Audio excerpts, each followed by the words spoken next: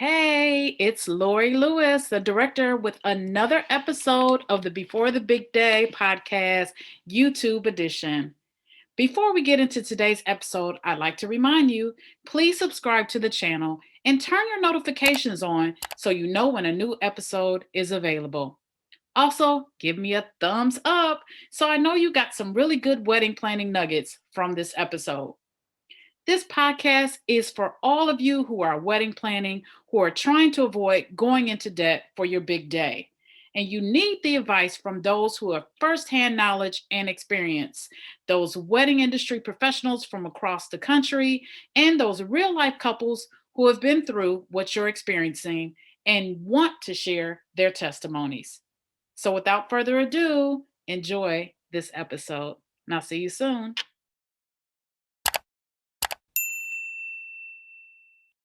Hello, everyone. It's Lori Lewis, the director, with another episode. Usually I say before the big day, but this is a special series called After the Big Day. And I'm so excited to have my former clients, my former bride and groom, who just celebrated their 1 year anniversary about a month ago.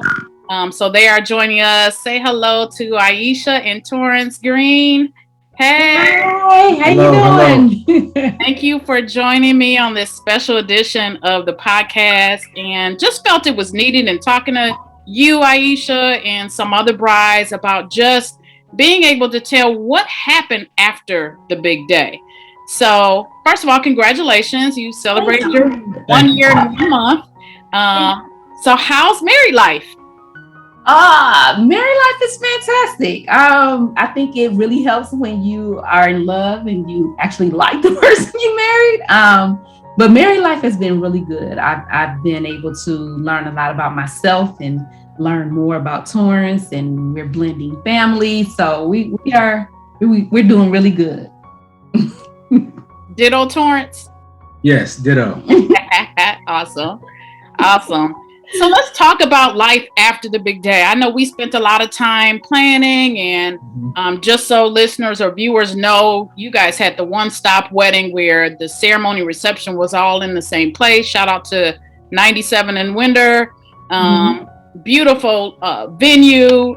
We had a great day. We were able to go outside, take the pictures, and just after all that planning was done, and you got to just say, oh, we're married now, then what happened? What was life like when you didn't have to plan anymore? So I think, for us, one of the things that I think was beneficial is that we did a lot of the foreplanning before the wedding. So when the wedding was over, the wedding was actually kind of over, so we didn't have, any lingering bills to pay or anything like that. So we were able to take care of things on the front end. So that helps tremendously. And I think, just planning with a lot of our vendors to kind of talk about, afterwards, like when we're going to get our pictures, or our cake lady making sure that we had a tin for our piece of cake for our 1 year, or our flower person telling us how we could preserve our flowers in my dress. All of that conversation took place at the time. So it was like really just kind of putting those things to play. And I think, just for us, we were really focused on like just really now starting our lives together, because we actually didn't move together until like a little bit over a month before the wedding. So it was really like we were like newlyweds, so we had to live together. So it was blending of our homes and all of that. So we were able to do that and really just focus in on that. So we didn't have to worry about like the wedding stuff that some people have to worry about. I agree. Yeah. Go ahead, Torrance. No, I agree. Like she said, she was saying basically that we had these conversations prior to the day. After the day was over, that big day was over, we were able to just as you could say, just breathe and have a sigh of relief and say, babe, we did it. Okay, these now on to the next thing. What are the next steps? But number one thing is that main thing was keeping the peace. That was huge. Yes. It was huge leading up to and after, because this is my best friend, and, this is my lover, my wife, my friend. I can't say that enough in regards to being married. You have to have, she's my friend, friend first. So, I'll leave it at that. I love that. And so let me ask you, what do you attribute to you're not having any debt after the big day? Because that's something I preach as well. Who wants to come out of this big celebration and be in debt? So were there any resources or tools that you used, or was it just proper planning? Was a little, so we were really actually under the gun because we got married during the pandemic, and so we didn't actually see our wedding venue until like June. Yeah. And by the time we were able to like lock it in, it was like July 1st. And so we were really under the gun with getting some things taken care of. But I think with making sure we paid vendors ahead of time, I think we went with trusted vendors. So the people who have done some work with people that we worked with, that we knew personally, or people we just knew their work from just them being the best at what they did, helped us out tremendously. So when we had to pay in full, it was not a problem because we knew the product that we were getting. And I think also just the open communication. I think just having a planner, you as a planner, talking with vendors on our behalf, just kind of asking questions that I wasn't thinking about. Helped us to be able to kind of like just close some things out. And I think everybody was really accommodating. They understood, that it was during the pandemic and just all the stress that come with just being, a bride or getting married. But just, I think we just had a total package when it came to vendors in terms of making sure our needs were met. So I think just making sure and at one point we were just like, listen, if it's not going to get done, we don't have it, we're not going to push forward. But there was just some things that I had outlined, this is what I really want. And things are the things I took care of first. Awesome. So tell us what life has been like, since the wedding. I mean, I know you talked about just moving in and just adjusting and just, being a newlywed. What are some things that you've had to, one of the things I talk about in the book is just having a date night. You guys keep a date night. What are some things that keeps you going, keeps that friendship, that love going? So it's a balance. I think after we got married, it was like a whirlwind. We bought a house, Torrence got a new job. It was just like things were just happening really quickly. And so we just kind of make time to just make sure we go out to dinner, or go to the movies or do something with the family. So we actually do plan that time in. And then sometimes it's just he and I at home, some wine, and we binge watching a TV show. So what I can appreciate is we're just having more conversation, just getting to know. I feel like every time we're talking, I'm learning more about him. And hopefully, he's learning more about me, but we're just, opening up, talking more, just making sure we are around people that support our love and how we feel about each other and just relationships, as a whole. So we're making sure we're surrounding ourselves around people who are positive, not just about us, but just about life, because, we just can't have everybody throwing the problems on us because we trying to work, on ourselves. Right. What about you, Torrence? Just to add, we're prayerful, staying prayerful, staying fast.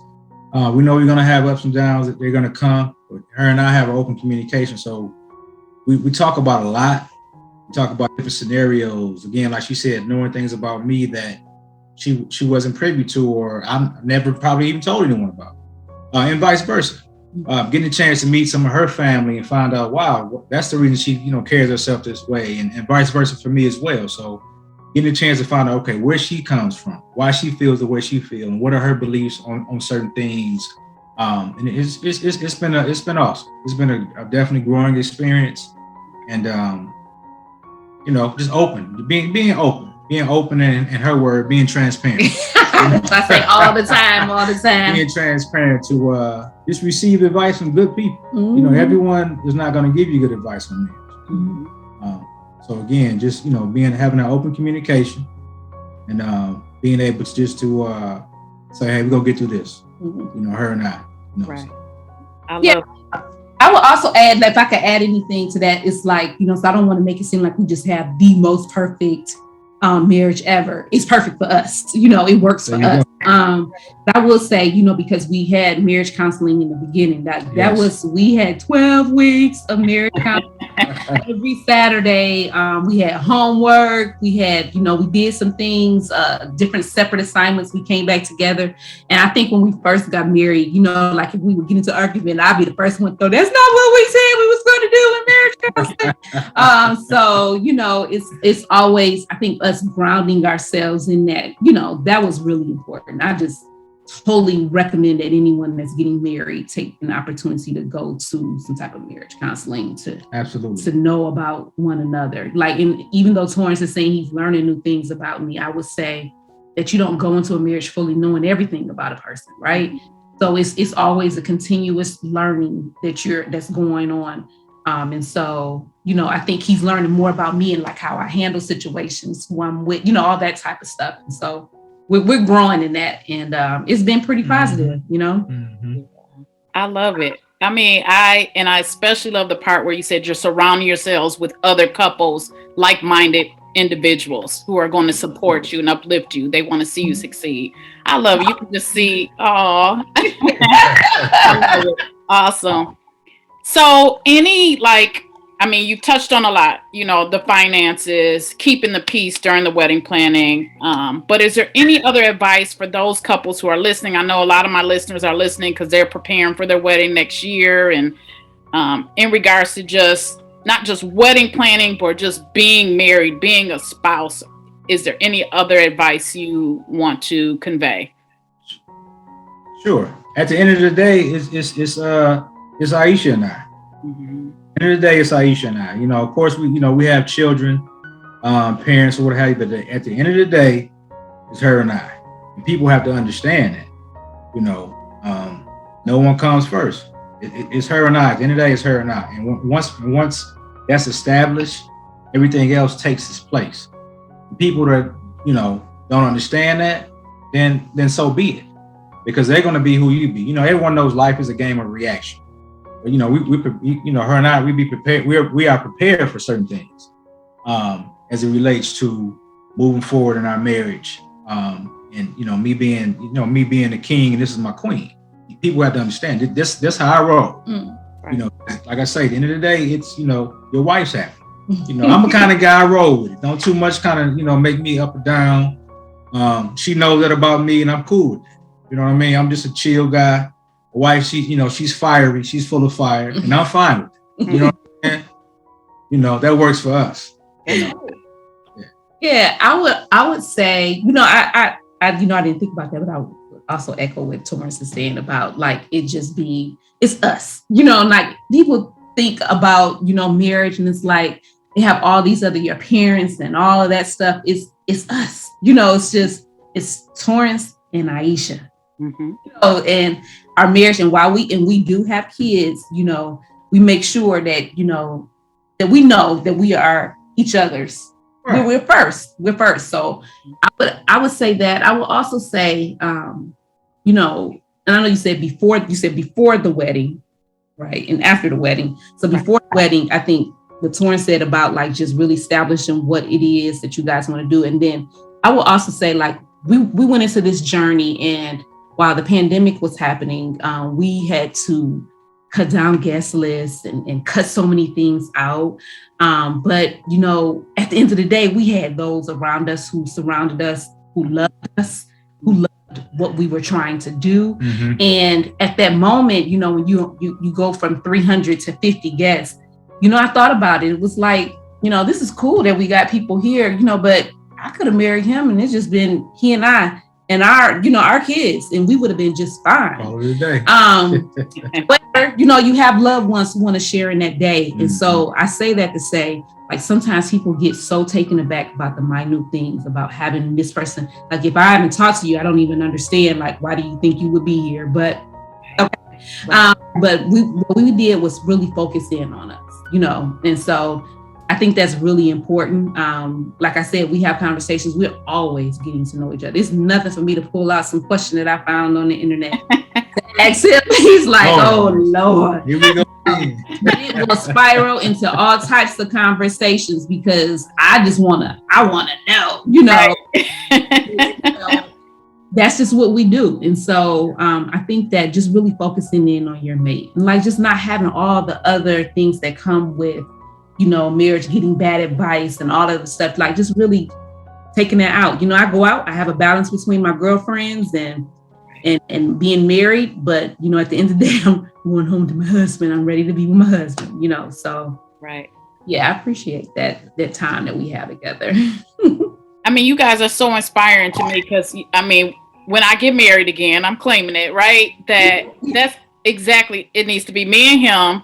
We have to have that open communication. I'm a lot like Aisha, sorry, Torrence, and that I see these questions and I call my boo and I'm like, how do you feel about this? I do the same thing. Yes. The wedding, it could be me, him, and the kids. Seriously. So everything you're saying, I totally get. And I'm sure listeners, viewers, you're going to get as well. That big day is one day, right? But marriage is a lifetime, right?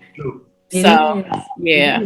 Absolutely. Yeah. So I'm so excited. I'm telling you guys, look just like you did on the wedding day, just happy and glowing. And appreciate that. Yeah, just thank you for just being a witness to just true love and marriage. It may not always be great all the time. You go through struggles, but like you said, at the end of the day, it's you two together. So thank you for just being a wonderful, wonderful example. So yes, and we thank you because without you being there, and we had just been introduced 2 seconds before we got married, and I swear you were on it. So you took away. Yeah. It was stress that I needed from this very A-type person that I am. After the first conversation, I was like, "Woo! I can just go ahead and get it started." Yes. So we just really appreciate it, and that just made our day just even that more memorable. Awesome. That was my pleasure. It was my pleasure. It was so easy too. I mean, it really was. It was so easy. You knew what you wanted. This is what it was, and I was like, okay, that's what we're doing. So yes. Yep. So thank you. So thank you both for coming on. And like I said, I know listeners, viewers, you're watching. It's in the show notes if you need to screenshot some of what Aisha and Torrence have shared. Again, thank you guys both. Blessings and much love to you forever and ever. And for those of you who are watching or listening, we thank you for supporting the podcast. Torrence, you wanted to say another thing? I just want to say thank you. Thank you again. Just want to echo what Aisha said. We really appreciate what you did for us. So thank you. I appreciate you both. Yes, thank you. And keep in touch. All right. Thank you. All right. Yep. And to those listening and watching, thank you for viewing, listening to the podcast. Don't forget to subscribe to the YouTube channel and also follow us on Apple Podcasts, iHeartRadio, and Spotify. And until next time, be well.